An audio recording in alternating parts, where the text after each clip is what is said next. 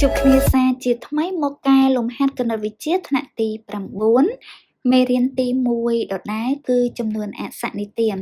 ហើយថ្ងៃនេះដែរយើងមកបញ្ចប់លំហាត់ទី10របស់យើងចូលដល់លំហាត់ទី5និងលំហាត់ទី6ក្នុងចំណុចទី10របស់យើងហើយលំហាត់របស់យើងគឺ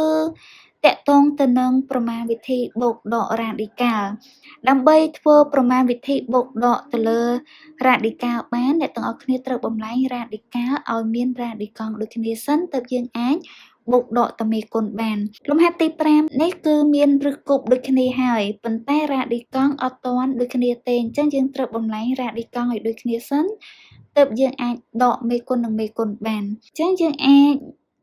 ឫសគប់នៃ81ដោយសារតែ80អត់មានចំនួនណាមួយដែលលើកជាស្វ័យគុណ3ទៅស្មើ81ទេអញ្ចឹងយើងអាចធ្វើតាមផលគុណដោយយក27គុណឲ្យ3 27គុណ3ស្មើ81ហើយ27នេះគឺស្មើនឹង3គីបអ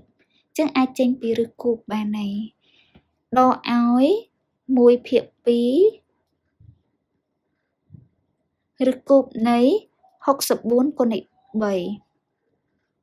64គុណ3ស្មើនឹង192ហើយ64នេះគឺស្មើនឹង4ស្វ័យគុណ3អញ្ចឹងអាចចេញពីឫសគប់បានអញ្ចឹងយើងអាចសរសេរបានថា3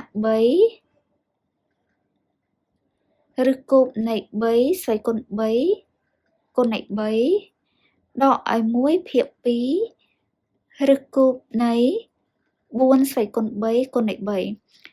ត្រង់ជួរនេះអ្នកទាំងអស់គ្នាអាចបញ្ចេញយកមកតែម្ដងក៏បានដែរប៉ុន្តែខ្ញុំសរសេរមួយជួរទៀតដើម្បីឲ្យគ្នាយើងងាយស្រួលមើលកុំឲ្យ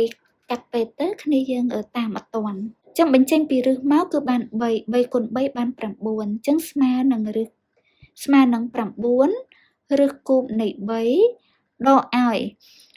4ស្វ័យគុណ3នេះបញ្ចេញពីឫសគប់បាន4គុណនៃ1បាន4ចែកឲ្យ2ស្មើ2ដក2ឫសគប់ឲ្យ3ឥឡូវយើងបានរ៉ាឌីកាល់ដែលមានរ៉ាឌីកង់ដូចគ្នាហើយអញ្ចឹងយើងធ្វើការដកតមេគុណ9ដកឲ្យ2ស្មើនឹង7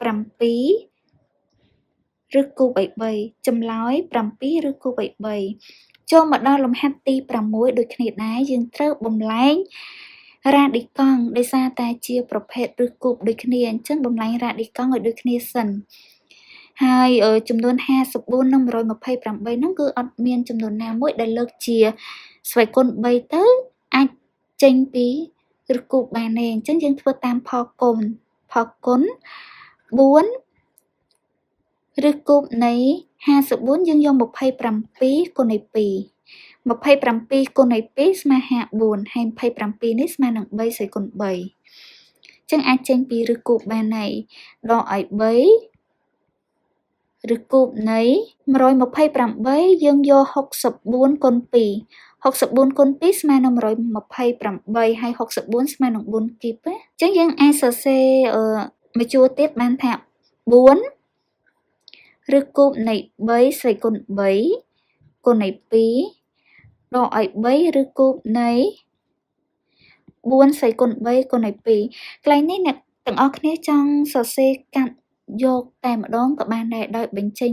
មួយចំនួនហ្នឹងចេញពីឫសឲ្យគុណតែម្ដងតែខ្ញុំសរសេរលើកជាស្វ័យគុណនេះដើម្បីអ្នកទាំងអស់គ្នាងាយយល់ថាមិនបាន27ហើយ64ហ្នឹងអាចចេញពីឫសគប់បានដោយសារតែ27នេះស្មើ3គីបហើយ64នេះស្មើ4គីបអញ្ចឹងអាចចេញពីឫសគប់បានអញ្ចឹងបញ្ចេញមក3គីបចេញមកបាន3គុណឲ្យ4ស្មើ12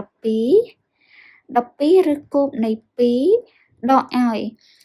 4គីបនេះបញ្ចេញពីឫសគប់បាន4គុណឲ្យ3ស្មើ12ឬ2ឥឡូវរ៉ាឌីកាល់របស់យើងមានរ៉ាឌីកង់ដូចគ្នាហើយឫសគប់នៃ2ឬគប់នៃ2ដូចគ្នាអញ្ចឹងយើងគ្រាន់តែយកមេគុណដកមេគុណ